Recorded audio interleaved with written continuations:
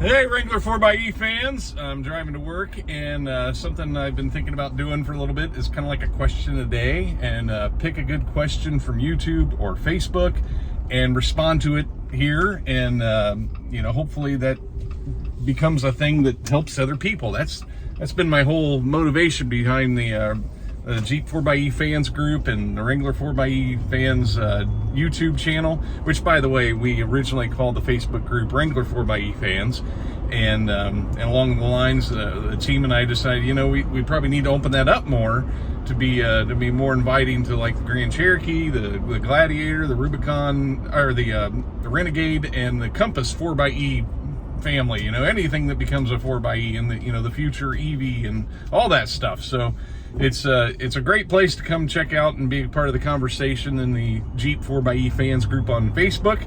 I haven't changed the name of this YouTube channel because I don't have another vehicle. I just have a Wrangler, so I don't have a way of doing any other content. So I don't know. It is what it is. So, question of the day, had a great question on YouTube asking about the 12 volt battery in the Wrangler 4xe, and if you could hook up like a ham radio to the battery just like you would on any other Jeep. And the question is yes. The Wrangler 4xe has a 12 volt system, and it also has a high voltage system in the back. And in between all of that, one thing you may not know about the Wrangler 4xe, it does not have an alternator. It has what's called an IDCM, an integrated dual charge module, I think is what that stands for.